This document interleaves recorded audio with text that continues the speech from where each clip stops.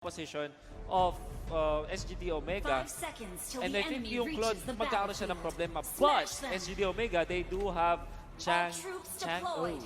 Chang-O. So ito yung game changer nila. Na feeling ko naman ay decent siya laban sa mga members ng SUNSPARKS. What I really like about this is, bago pa makaabot yung carry sa point na pwede siyang makapatay dun sa may backlines, mauubos agad siya gamit nga naman yung magic sarap mula dun sa ating Chang'o. Look at this certain trend na ginagawa ng SGD Omega. They actually relegate 3 people onto the top lane, giving Toshino the extra help he needs. KARLTZY will be the first blood of game number 3. And SGD Omega, look at their rotations. They're forcing a lot of these recently, game 1 and game 3. And not only that, dalawa yung box na makukuha nila dito. That is already super duper good para sa SGD Omega. Napaka-dependent ng SUNSPARKS, especially Esmeralda, sa mga early type of buffs na makukuha niya. And now, na force sila dito na isa lang yung makukuha nila, they are at a big disadvantage because this means na pwede nilang i-concede yung crab, yung control sa crab. Fortunately, nakakuha sila ng isa doon kay JP. Pero alam mo si KARLTZY dito, that one death onto the mid lane is big. Kasi kung isipin mo, Esmeralda siya dapat yung nabubuli ng lane. But with the rotations coming up from SGD Omega, yan yung mga bagay na expect mo eh. One thing that we have to take note is KARLTZY is going to be the Esmeralda, like I said, yung siya yung mage. Renjo, sabi dito ng SUNSPARKS, Renjo, dahil sobrang lapit ng performance mo with the Leomord ng game number 1, sige, bibigay natin sa'yo yung Leomord na yun. JP now controlling itong marksman. KARLTZY, the way we look at him, pag naglalaro siya, is hindi siya talaga dependent sa early snowball. Sobrang late game oriented ni KARLTZY to a point na kaya niya mag-piss.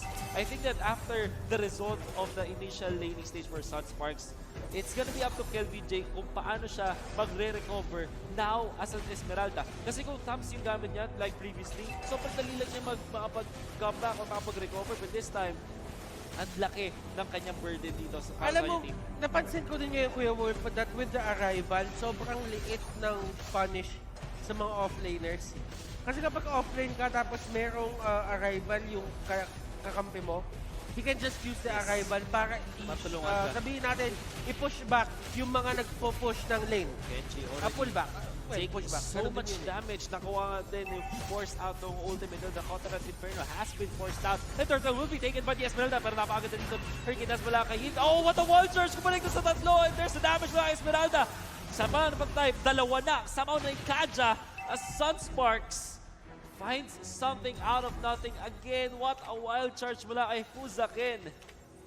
And look at the skills na binabato dito ng side ng SUNSPARKS. Hindi lang talaga basta mema. Mema ba to okay na? There is a reason behind every throw na ginagawa nila skills nila. And that's what makes them a very good team in terms of team fights and especially on those objective fights. KARLTZY will be able to get this crab. As SUNSPARKS, nasa kanila na yung kalamangan ngayon. I think yung SUNSPARKS, sinabi mo kanina na merong reason malagi pagbato nila ng skill. Kanina, na-force out nila yung Counter Inferno kay Kenji and already, alam natin, malaki na yung nawawala agad sa isang taps kapag wala na Fixo with the Divine Judgment. Malit ka sa Rabisha, pero nakabuhay pa dito si KARLTZY. Nakapag-Falling Star Moon pa ka. Nakapag-Stardust Dash pa dito ba? Patay ba ng dalawa? KARLTZY! You can't sleep on this guy! Napatayo si Doggy, mga kaibigan! Napatayo si Doggy! Nagka-stampede! Kasi grabe naman kasi yung nakita natin dito mula kay KARLTZY. We know that with the Stardust Dance and the Frost Moon Shield, kapag tama yung combo mo at hindi mo napatay yung isang Esmeralda, madali siya makapag-regen. And we saw that if you group up together, mas mabilis kasi yung cooldown ng Frost Moon Shield. Pero they go in. Toshino with a good BMI. Hurricane Dance will be used. Pero Toshino can load slide pababa. That is Claude going down to Shino. The first death on this guy, wala pa rin siya nakakuha ang kill so far, even with the Bounty Hunter. Now, KARLTZY forces another Counter Inferno dito mula doon sa ating Rams. At dahil dyan, meron na namang control sa turtle area itong SUNSPARKS. Okay, but on the top lane, Kuya Wolf, another takedown. Third takedown by Renjo. The pacing of the game is slowly going towards the side of SUNSPARKS, especially the gold. Look at this. 4K na halos ang hawak. What do you think happened, Kuya Bull? Well, this is the recovery again mula kay KLVJ. Kakasabi lang natin kanina na nasa kanya yung bola. Siya yung bahala kung paano makaka-recover yung SUNSPARKS overall. And it was set up with that good wild charge dun sa may gitna mula doon kay Fuzaken. Fuzaken has been playing so well this entire series. And Raflisha actually able to run away. And wow. Kanina pa yung interaction na yan. Na si Krebs huhuling si Raflisha. Tapos Si Raflisha casually flickering out na parang wala lang nangyari. And this means that KLVJ will have so much items na ngayon. Naka-mystery shop din siya with 3 kills to his name. Level 10 na rin siya ngayon. Imagine na mahirapan na rin talaga yung SGD Omega. KARLTZY, we are yet to see the impact of this Jang. Oh, Raflisha taking some shot. Pero okay lang yan dahil na-way of the dragon na nga dito si Heath. Not enough damage wala kay JP though as medyo nagdadalawang isip dito yung SUNSPARKS. Napa-ulti na dito the Meteor Shower already committed by the Chango. Kasi lugi si Changi dito eh. Luging-lugi si Changi talaga dito. Isipin mo si KLBJ, ibabato niya sa'yo isang buong star. Oh, Yung sa kanya medyo Maliliit lang. seasoning lang eh. it's a Meteor Shower. So kumbaga kapag ka ang datingan na dito, ano na, batuhan na, tsaka parang nakihan ng damage. Alam mo kung sino talaga. mas malaki. Oh, nice sidestep mula kay KLVJ para hindi siya tamaan ng 1,000-pounder na yun or potentially nga Model. But Crypto already taken out Raflisha. Sa magandang wave na drag, KLVJ solo at bubuhay pa rin. Ako po, may magandang wild charge na naman. Set up for the Frostmoon Shield. Buhay pa rin. Finally shut down by the Hurricane Dance. Finally, they'll get a kill. Pero ano ang kapalit? Torre at mukhang 2 kill pa mula kay Renzo dito. Ito At na! dito na nga. Ang hinete! Ay, takbo! Patay na dito si Chang. Oh, JP chasing Heat and they do have the damage. Sabay patay pa ng Torre, SUNSPARKS. Mas magandang trades para sa kanila palagi. Hindi mo kaya ang hinete. Mga kaibigan, kakaiba ang pinapakita ng hinete ni Renzo dito. Kakaiba. Game Kakaiba. 1 and Game 3, pulling off a very good Leomord plays. And sinasabi niya dito, Leomord is back. Way of the Dragon na naman. This time para kay Genji. At syempre, Carry versus Pams. Carry yan. Men, ganyan talaga si Raflisha at si JP. Nakita mo ba yung katawan pareho niyan? Parehong hati sa ulam, parehong hati sa kanin, sa sausawan, lahat-lahat. Ating kapatid. Hating kapatid. Kapag ka-team play ang pag-uusapan natin dito, walang tatalo dyan sa dalawang yan. Very well done. SUNSPARKS on the advantage. 7,000 ang kanilang lamang ngayon sa gold. I think they do have a ton of map control din. 4 turrets down at 0 pa yung nakukuha dito ng SGD Omega. Talk about comfort, this is SUNSPARKS showing us kung paano laruin ang Esme, ang Grak, at ang Leomord. And tama yung sinabi kanina ng panel natin eh. Yung sinabi ni Doggy doon na walang burst damage yung side dito ng SGD Omega, that is costing them a lot. Kasi in the first place, si KLVJ, yung Esmeralda, kailangan mabilis na patay yung gawin mo eh. Oh, you have to hold on down dahil may na-wave na dragon na naman. Napatay nila dito. Yung Kaja agad at nagabol pa rin sila. May nahatang mga ba dito. Kung sa akin, nung ganat ang Agulo, but this time, they will take down the Leomord. Finally, SGD Omega will get a better trade. Yes, right now, the bleeding, yung bleeding stop for the side of SGD Omega. Pero kasi, hanggat nandun yung wound na yon, bubuksan ng SUNSPARKS to. At aabusuhin nila yun. Pero Go doon first! nila- Falling Starboard, kumalik na lang nga dito. Do they kill Toshino finally? Nakataas Wala. doon yung Claude. Practice lang. Very, very close. Buti na nakapag-BMA siya palayo. Could have been good. And SUNSPARKS, hindi pa nga napatay yung kanilang Cho. And we did say na walang burst damage. Okay, reset. JB and the others, they're just going Lord, back and resurrecting forth. soon.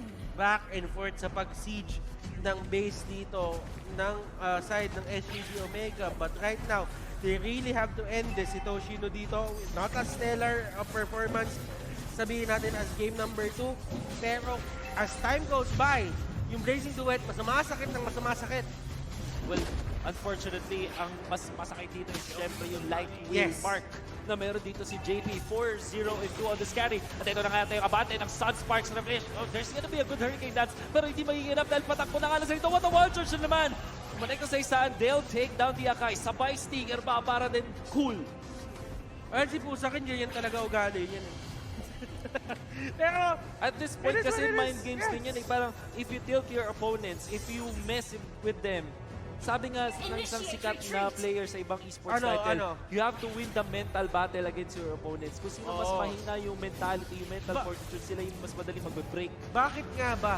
Kaya sabihin natin, the more na napipikon ka sa kalaban mo, the more na mas gigil ka eh. nagigigil ka, the more na gumagawa ka ng pagkakamali. Exactly. So this is not a battle of draft, this is not a battle of strategy, but at the same time, Battle of the mentality minds. as well! Naku po, Battle nakita of the sila. minds! That's the cloth being picked off. And alam na ngayon na SUNSPARKS, pinakita na yung mga picture nila dito. They have the advantage. Napatay dito yung Grok. It comes the flicker blind reflection. Pero wala siya mahuhuli dito. Renjo is gonna fall because of the meteor shower. And HGD Omega will live to see another day. I am out of words for the side of SUNSPARKS kasi unang-una ang ganda talaga ng performance na pinakita nila dito. Kahit sabihin mo si KARLTZY, nakuhaan nila ng isang kill sa may mid lane. That didn't really stop SUNSPARKS in any way. Yeah, I gonna have to give this MVP award or kung hindi man MVP award, yung X Factor pa rin talaga kay Fuzakin. I think kung hindi niya nagawa yung wild charge kanina dun sa clash around the turtle, would have been worse para sa SUNSPARKS. Then again, I wouldn't discount yung efforts dito ni Renjo as well as Rafresha. I think they also did so well. And KARLTZY, we didn't mention, ang kanyang playstyle is ang galing niya mag-recover even from the side lane spot, di ba? Pag naglalaro siya fast. This time, using the Esmeralda, ganun din yung kanyang ginagawa. Alam niya kung kailan papasok, kung kailan siya kayang makabawi. But at the same time, Wolf, etong draft na ginawa ng SUD Omega, ginawa to na iniisip nila na kakayanin nila yung Esmeralda. Pero ito yung mga isa sa mga draft patterns na kayang-kayang abusuin ng isang Esmeralda. So you can't really say na KARLTZY is having the game of his life, but at the same time, this wouldn't really happen kung meron pang sagot ang SGD Omega. And unfortunately, paubos Wala. na paubos ng sagot dito ang SGD Omega as they are behind by 12,000 in gold. At ngayon, maaabante na naman ang SUNSPARKS mula sa by bottom lane. Mataan dito si JB. Torre lang kanya target dito at hindi makapasok yung SGD Omega so far. Even when they have Hurricane Dance and Time and Divine Judgment, parang hirap pa rin sila makahanap ng angulo dito dahil lagi nakaabang yung disengage potential ng SUNSPARKS courtesy of the Wild Charge, courtesy of the Jeet Kundo, and syempre yung Falling Star Moon mula dun sa Esmeralda. Raflesia and the others, nandyan lang sila. They're just getting vision. And right now, there is no rush to take the turret or take the inhibitor turret or even the base of the side of SGD Omega. 40 seconds on the timer para sa next Lord na darating. That is going to be the next big objective for both teams. And SUNSPARKS, yan yung kailangan nila para ma-end na to at mag-advance sa low upper bracket. Oh. Wind of Nature para kay Toshino. Alam natin na sobrang kailangan niya yan for stop some of the physical damage nga naman, the physical this? attacks mula sa SUNSPARKS. Even using the wild charge, Para lang ma-secure yung... para na ma-secure. Alam nila na talagang lamang na sila ngayon eh. And kung sa akin, meron siya kasi yung ano dito eh. Mga cooldown reduction din siya. Lord Also have resurrecting soon. the Nakapi- yourself together. Naka-PYT siya eh.